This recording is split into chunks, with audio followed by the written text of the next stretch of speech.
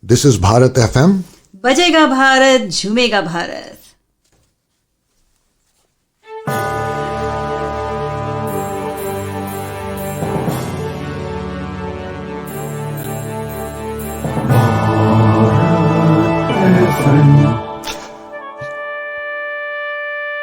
ये है भारत FM. बजेगा Bharat झूमेगा Bharat. Good evening, India. Let me wish everyone a very warm, safe, healthy, happy 2021. Welcome to Storytellers Cafe in 2021. And welcome to all the viewers in the United States, especially in Cincinnati, Phoenix, and Chicago. May Bharat FM make more strides into other cities so that we can all stay connected. How are you doing, my friends? How's New Year? What is the New Year resolution for you? Well, my resolution is to tell more stories, to bring wonderful storytellers to this platform on Storytellers Cafe, not only Indian tellers, maybe indigenous tellers from every land. So that's on the agenda. And so I hope everyone is staying safe, still wearing your masks, maintaining social distancing. And if somebody were to ask me, how was 2020? My first answer would be, oh, we discovered a new virus, COVID. And we also learned how to combat with that virus and learned many other skills of navigating on the virtual platform, at least for me. Okay, so what's your resolution? Please do put it in the chat and let us know. And what would you like to have in the new year? What kind of programs or what kind of tellers would you like me to feature in Storytellers Cafe? Well, I have a wonderful New Year gift for all the people who watch Storytellers Cafe, who listen to it from across the world. We have a wonderful, wonderful guest all the way from down under, or I would say from the land of the rising sun, not Japan, but Australia. So, my guest for tonight is Kiran Shah. Kiran Shah is a wonderful storyteller based out of Sydney, Australia. Well, let me tell you a little bit about Kiran, a very dear, dear friend whom I have known for the last 10 years or so. Kiran Shah's parents hailed from Gujarat. Kiran herself was born and raised in Singapore. She started her professional life first as a social worker, then moved into early childhood education, working with preschoolers in the United States, Japan, and Singapore. Kiran then later on trained teachers in that field, working in Sri Lanka, Myanmar, Vietnam, Malaysia, before she discovered storytelling more than 20 years ago. Kiran knew then that was what she was going to do: tell stories and teach others, students and adults, on various aspects of storytelling. Kiran was responsible for helping to revive the oral tradition in Singapore with a special interest in Asian folk tales. She feels that children in Singapore needed to be more in touch with their cultural heritage. Kiran helped to organize and conduct storytelling courses from 2000, and by 2006, there were enough storytellers to form an association in Singapore. Kiran was the first founder president of the Storytelling Association Singapore in 2006. The storytelling scene has indeed grown in leaps and bounds, and she left it all behind for love. Oh, we loved that, Kiran. Kiran migrated to Australia in 2008 and is actively involved as a current secretary of the Australian Storytelling Guild, New South Wales. The Guild has been organizing international conferences biannually since 2012. Kiran also found a niche as a multicultural storyteller and has been called upon to tell stories of the Hindu gods at art galleries in Sydney and Canberra.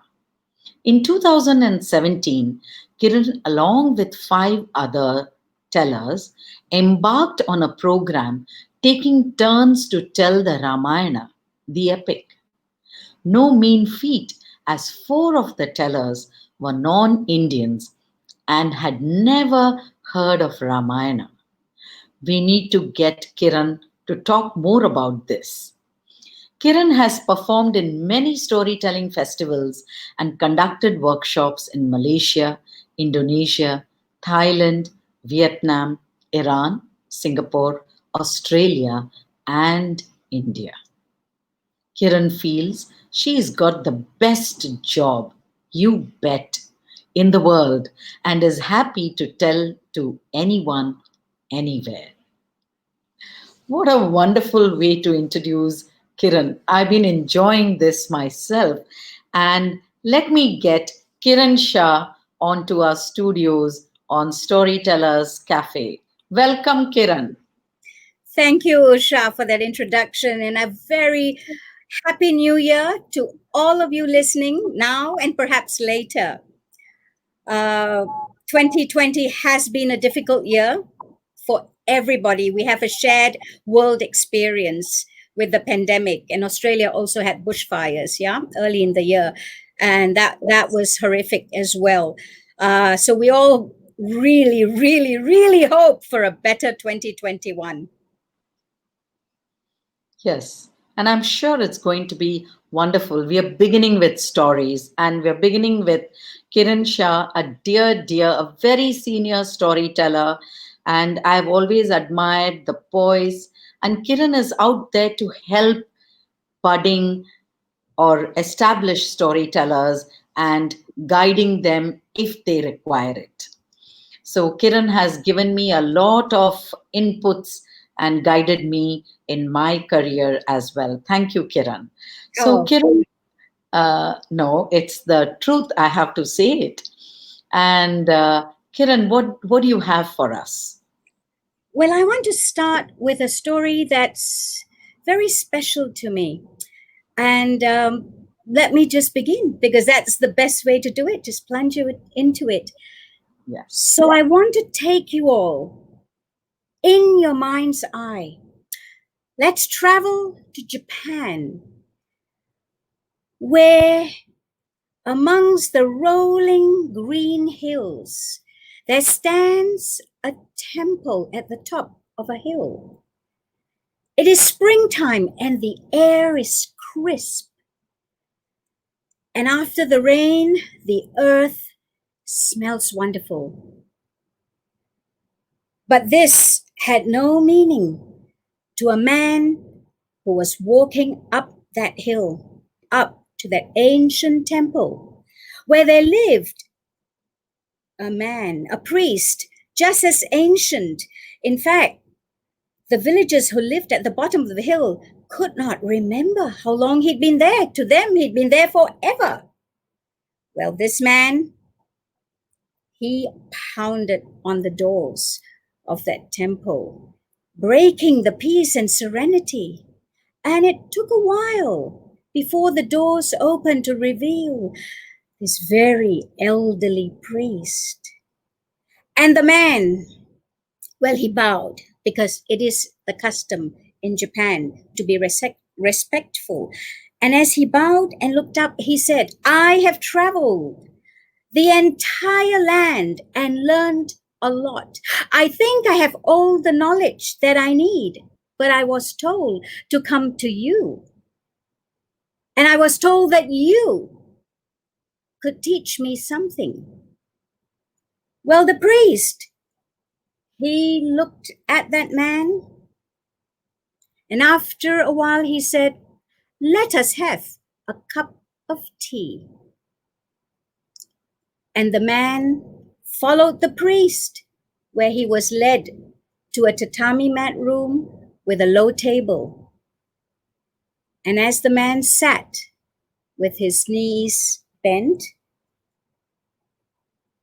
the priest disappeared. Now, if you're familiar with Japanese tea ceremonies, they do take a while. And all this happens in deep meditative silence. Well, the man, he was getting a bit impatient, but he had no choice but to wait. And then the tea was ready.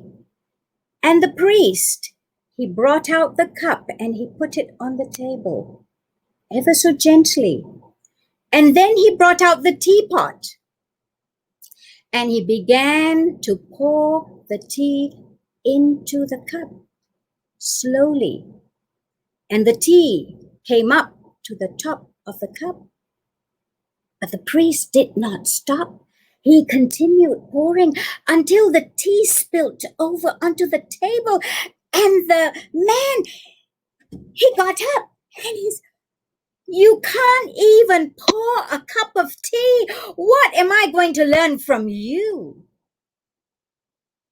And the priest very calmly said, "Your mind is like this cup. It is so full that there is no room to accept any new learning. So come back when you have an empty cup mind, and then you will surely learn something."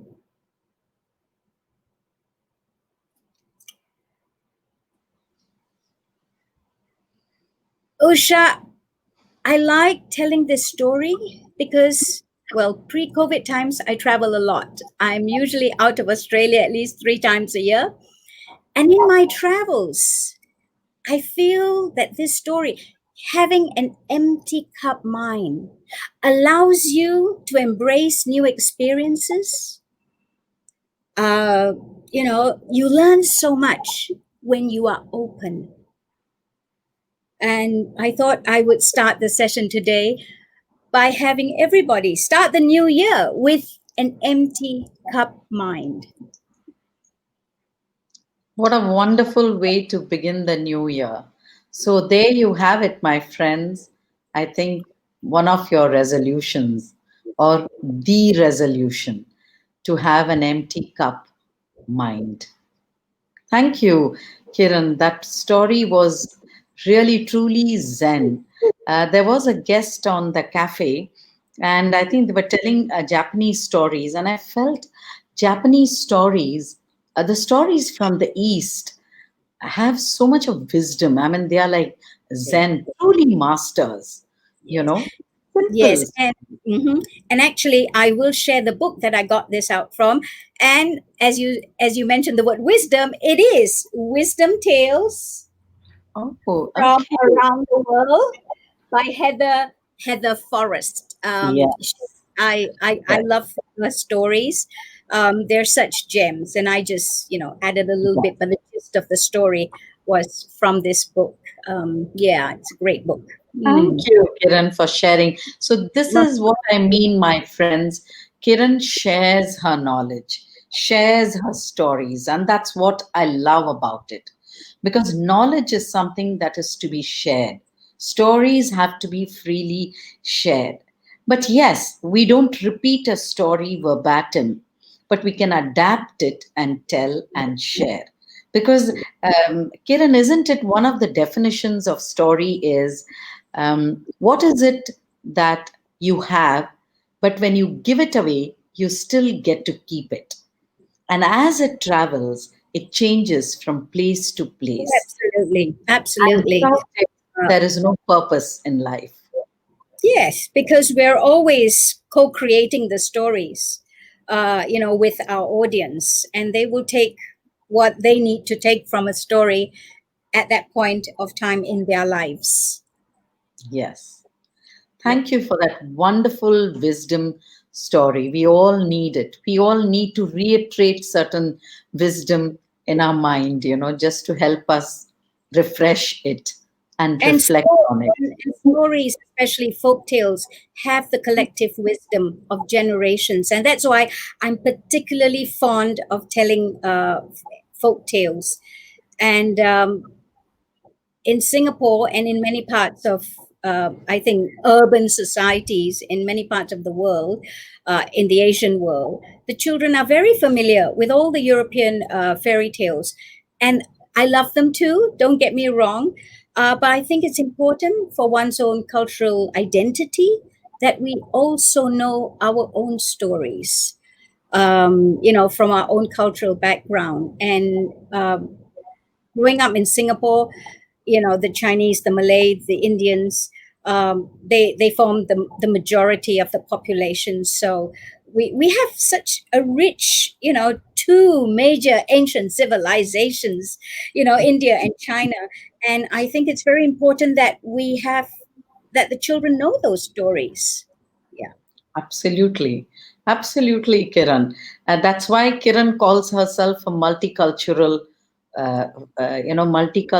storyteller or folktale. When I had to reinvent myself when I moved to Australia, it's like, what is my niche? And my niche is Asian folktales and multiculturalism. In fact, I think Australia has a very diverse multicultural population, and it's just very exciting. I do enjoy the fact that we have such a diverse population, so many different communities. Yes, yes. Kiran, can you tell us about your journey? How did you get into storytelling? Uh, Well, my background was social work education, and I was reading to children because you read to preschool children. That's what you do, and you should. I still think it's wonderful. Storytelling adds another dimension because it invokes the imagination. Yeah, with reading with picture books, which is very important too. The children are transfixed by the illustrations, whereas when an oral tale is told, they have to use their imagination. So there's a whole lot of benefits between, and research into which I won't go into as to what happens in the brain, but that is very powerful. And I never knew there was such a thing as storytelling uh, until somebody, the book council, brought somebody over, and she just sat there and told, and we were like, wow. And the year after, the book council brought somebody else, and maybe it was the library, can't remember now, but it was Kathy Spagnoli, who then became my first teacher, because although she was she's American of German Irish heritage, she had married an Indian and had lived in India. She was married to she is married to a sculptor, and had embraced India and its stories. And there is this white woman telling me about my heritage, and it just told me that I had to know these stories too. And so we were so impressed that we brought her over to do a course. And that's how the first Storytellers course took place in 1998 or 1999. And we just carried on and had, more people attend. And my partner, then my business partner, Sheila, and myself, we then organized more courses, as well as started conducting bits of it. And then we said, for our professional development, we need to have conferences. So we organized with the Book Council the Asian Congress of Storytellers. People don't remember this now, but it was a long time ago in the early 2000s. And then we said, well, let's get all these professional storytellers so we can learn from them. And I think that's how it grew in Singapore, from 2000 onwards. And it's bustling. There's so much going on in the storytelling world, with great support, I must say, from the Arts Council, because there's always funding is always an issue. And because of funding available to schools, storytelling is quite popular, and in all languages too. So that's another good thing, because we there are many bilingual storytellers there as well. Mm, That yeah. brings me to the next question. Kiran, do you speak Gujarati? Because there are a I lot of, the person who started Bharat FM is from Gujarat, from is he? Ahmedabad. I had no Yeah, idea. and I think there are a lot of see the wonderful thing about Bharat FM is it embraces all languages and they love in language. So if you can speak in Gujarati, I'm sure they would love to hear this, and Ah, also the viewers. And do you can you, speak any other language other well, than? I speak Gujarati, so I'll say Kemcho to everybody. And I will also tell you a story with regards to that part where my father was very, it was very important that we had the language. But in school, I also spoke Malay because we had to study one official language. Singapore has four official languages: English, Chinese, Tamil, and Malay. And we had our education was in English, but we had to choose a second language. And I did Malay as my second language. And then I also took Gujarati as a third language for my O levels. So I can speak, but there's a disclaimer there. With language, if you don't use it, you lose it.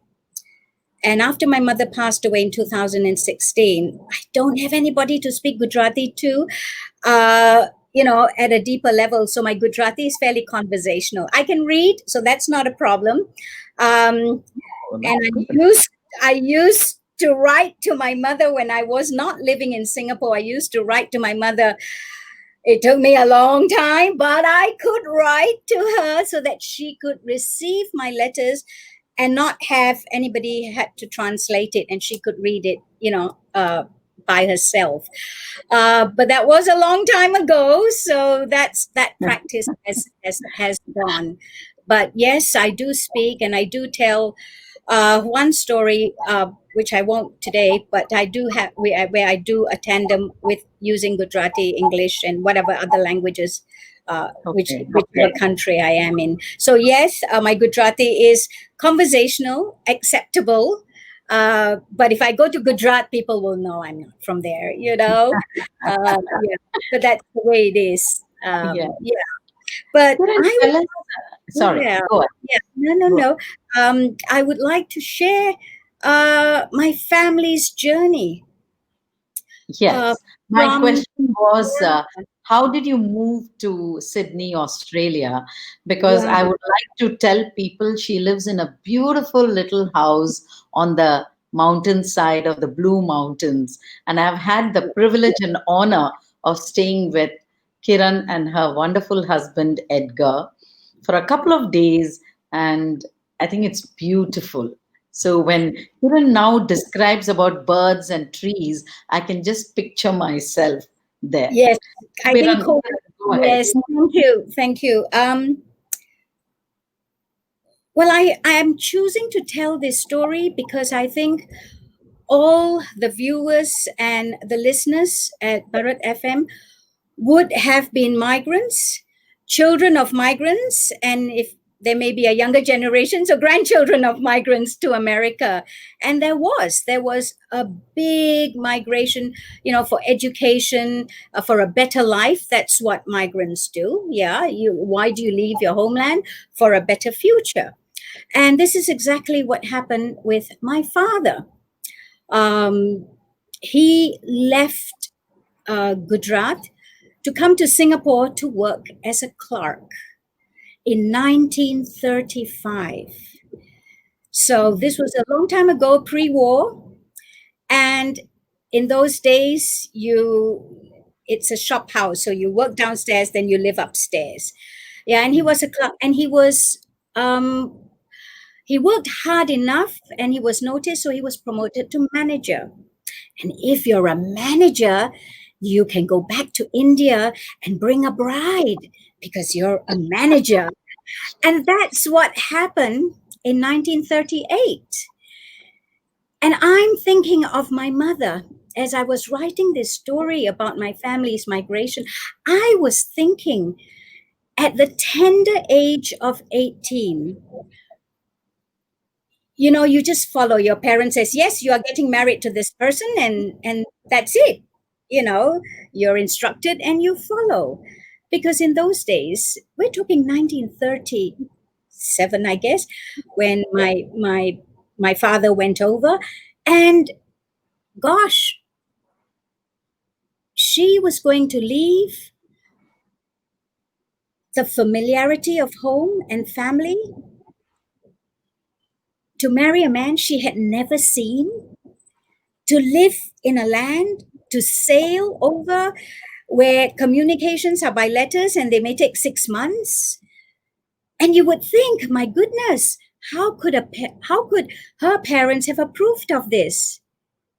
But being Indians, you and I know we have a system, and I'm not talking about the caste system. I'm talking about the sub caste and branches.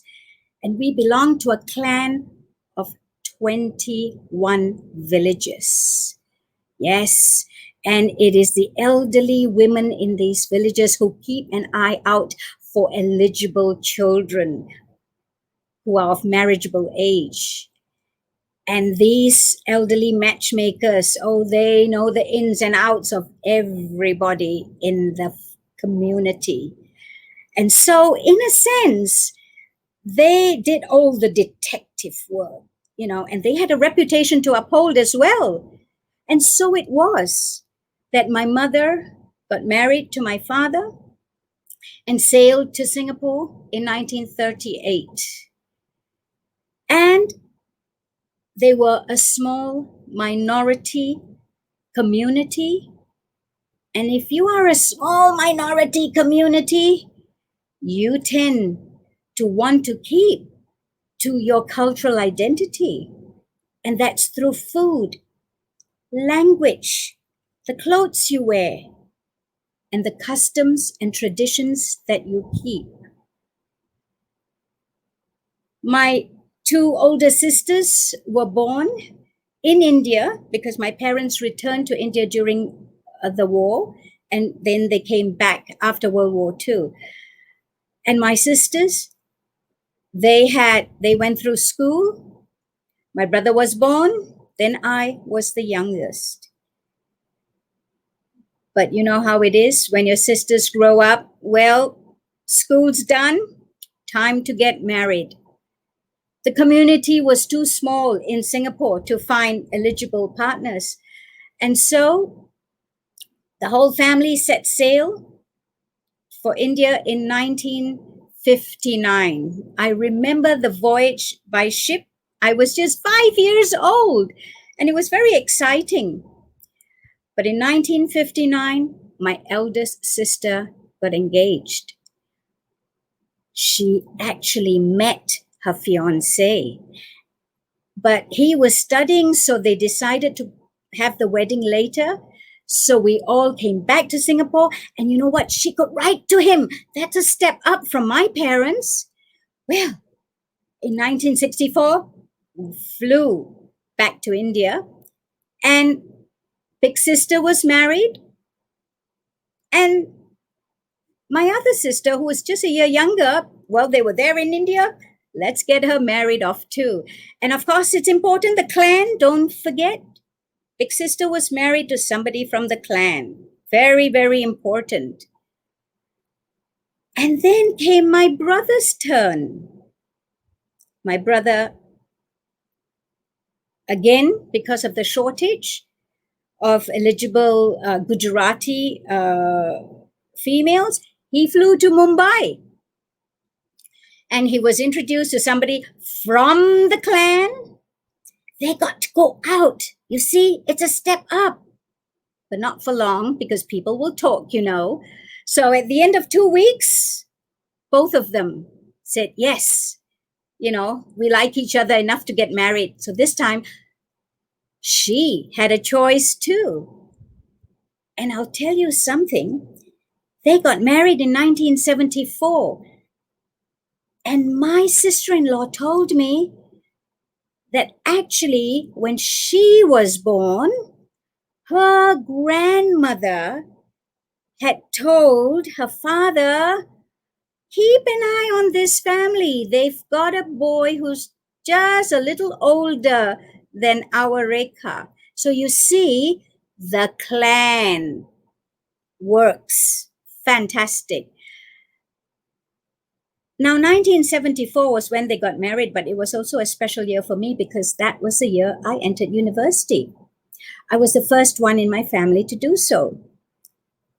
Now, in case you think that my parents thought I would broaden my horizons and, learn from university, actually, their intention was a lot more, basic.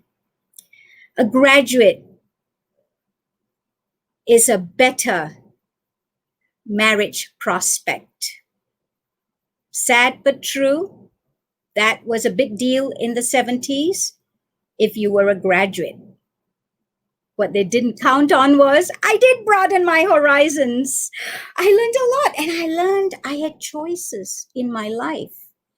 And I told my parents after graduation, I went to work. I was a social worker. And they humored me.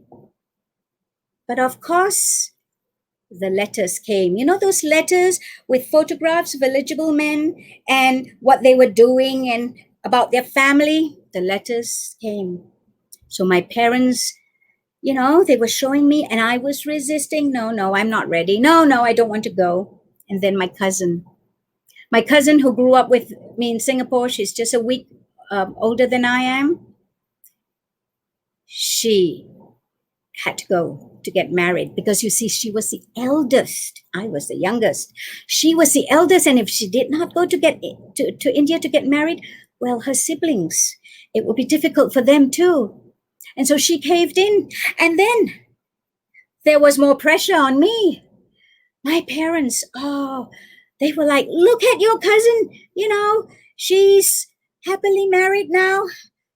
By this time, by Indian standards, by Gujarati standards, I was getting to be on the shelf. And I said, no, not for me. Now, don't get me wrong. All my siblings had wonderful marriages. My cousins, everybody around me that I knew of had really good marriages, all arranged. But I knew it was just not for me. And so my life took a very different turn. And I went and studied in the US and lived and worked there. And my parents were very worried, of course, because all they wanted, I know now, was that someone would take care of me, because that's how it was in those days. And so my mother, she was worried, oh my goodness, she's going to the US. Don't come back with a white husband. She actually told me this. And then I didn't. And then I went to Japan. And then she goes, and then her standards slipped a bit as well. She says, no, it's okay if you don't marry anybody from the clan. Just marry an Indian. And then after a few years, yeah, any Indian will do, so from the clan to a Gujarati to an Indian to any Indian would do. And then she realized after I came back from Japan that I could really look after myself independently, financially. And then she said, it's okay. You don't have to get married. I think you can look after yourself, because that's what parents, they just want to know that that their children are okay.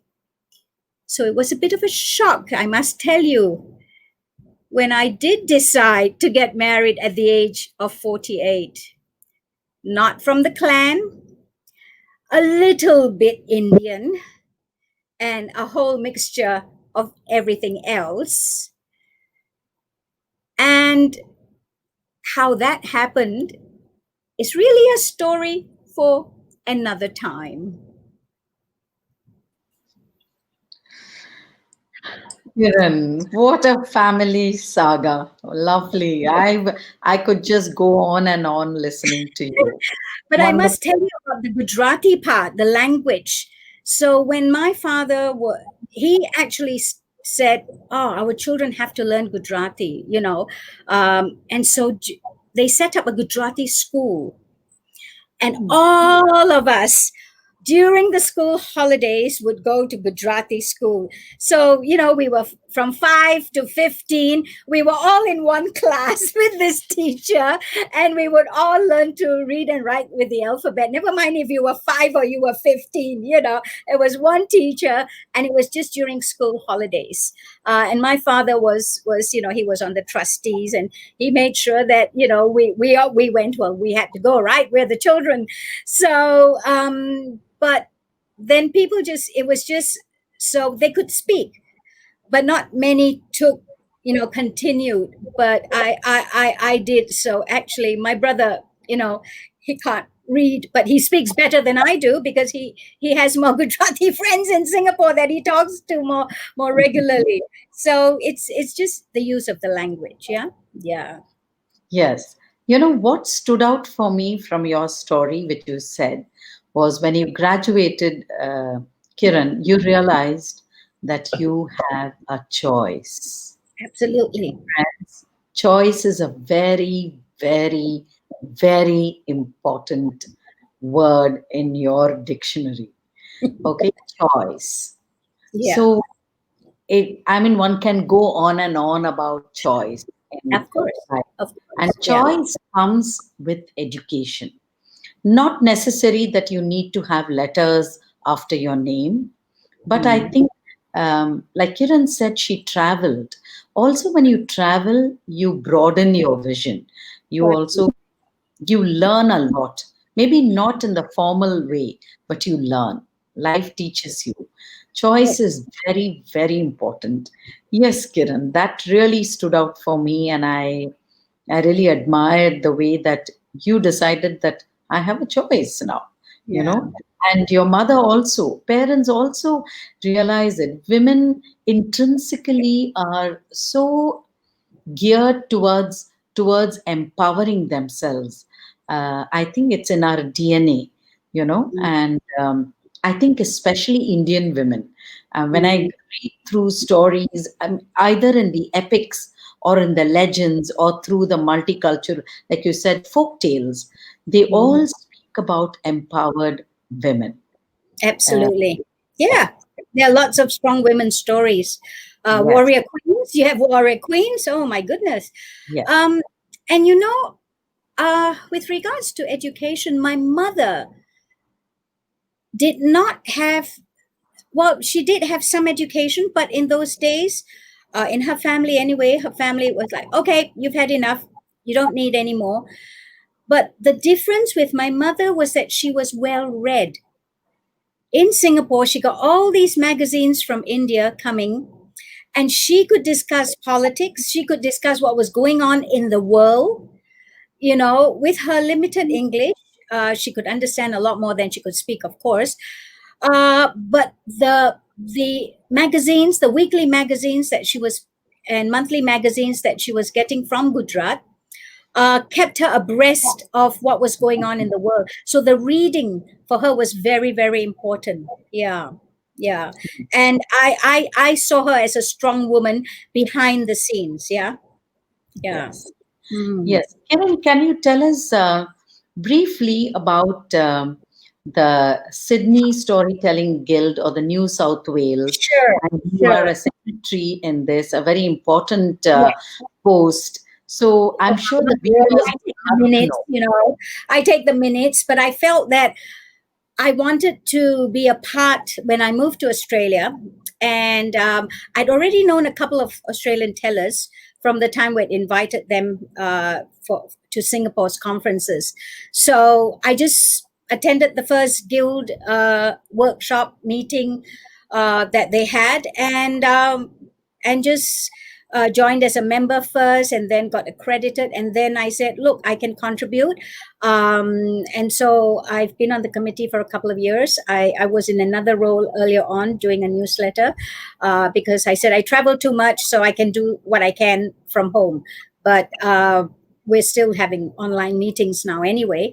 And what we started having international conferences, and we were supposed to have one this year that obviously we had to cancel, and we've decided to push the international conference to 2022.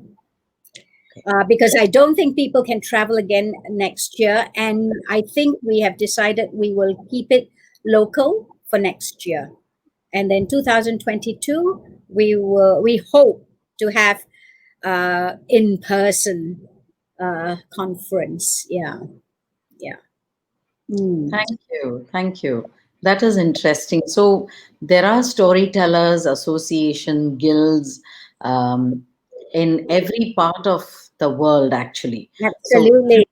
Yeah. yes, since And Kiran is from yeah, Australia, so we would yes. like to know about it. Yes, Yeah. and our guild has also is also an institutional member of the Federation of Asian Storytellers, because we felt that we should support Feast as it's known, Okay. because actually Asia is nearer to us, Hmm.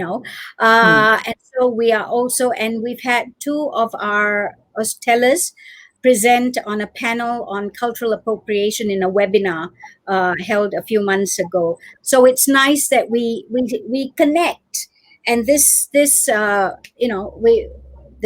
platform is now so easily available for us to connect with the rest of the world. So there's so many organizations around the world, and it's nice to be able to connect with so many of them. Mm, Right. yeah, Yes, yeah. connection is another word which stands. We need to connect. That's most important. Choice, connect. So, Mhm. Kiran, tell us, do you have any parting story, a wisdom story, something for us? I have a very short one because I'm quite mindful of the time as well. So I will just go into it and then again tell you why I chose this. I like looking backwards because I think we learn a lot from the past. So I'm taking you back to 1400 years ago, Okay. where in Iran, well, in Persia, which is now Iran, the gentle followers of Zoroaster found that their land was being invaded and their religion besieged. And when asked to choose between their religion or death, they chose flight. And a group of these people sailed through uncertain seas to an unknown destiny, where they finally landed in Gujarat on the western shores, of India. And the ruler at that time, Jadi Rana, was a wise king, loved by his people, known for his sense of justice and respect for all people. Well, news of their arrival preceded them, and Jadi Rana himself was there to welcome these Parsis, the people from Persia. And they could not speak each other's language, but the kindness of his welcome, his tone, heartened them. But all was not well.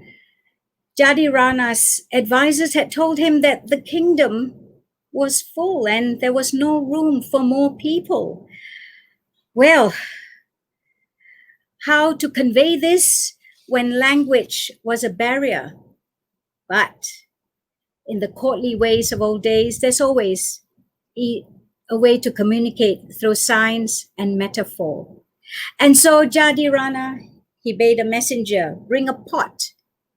And when the pot was uncovered in front of the visitors, there was milk filled to the brim. And the message was, our land is bountiful, but there is no more room. The visitors were welcome to stay for a bit, but they would have to leave. The wise priest from the new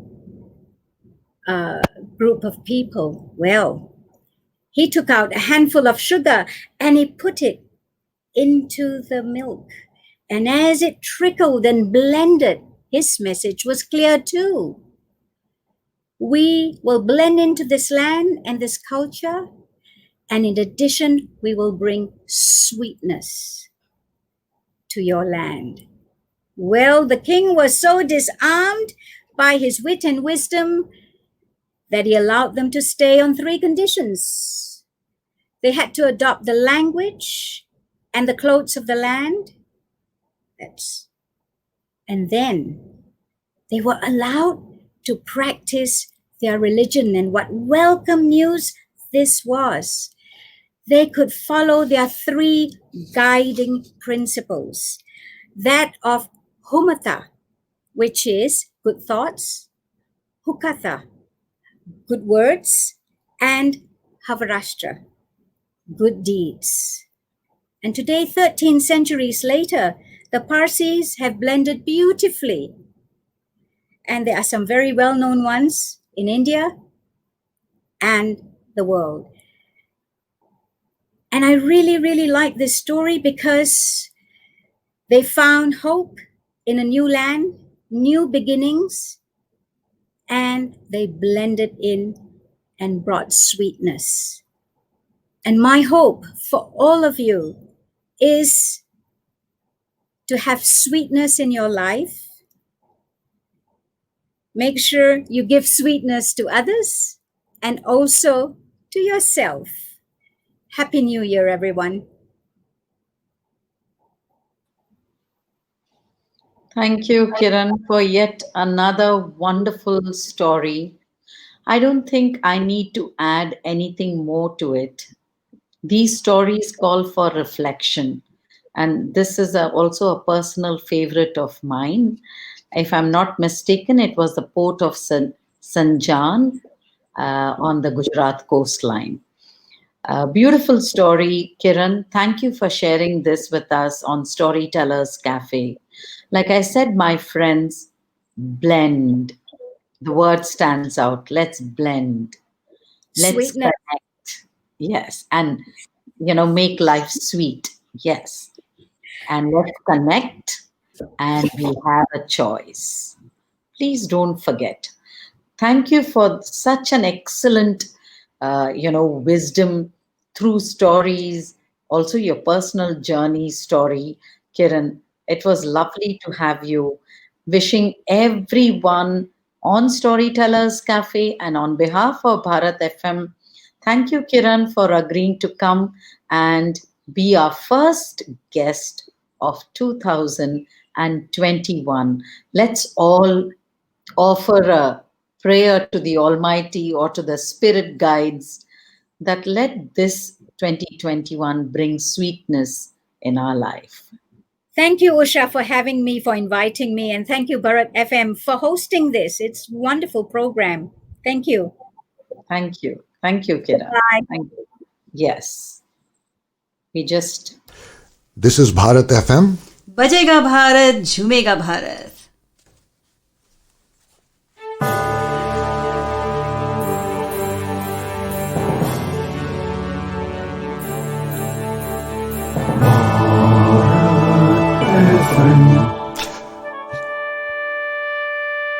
ये है Bharat FM. बजेगा Bharat झूमेगा Bharat. Oh,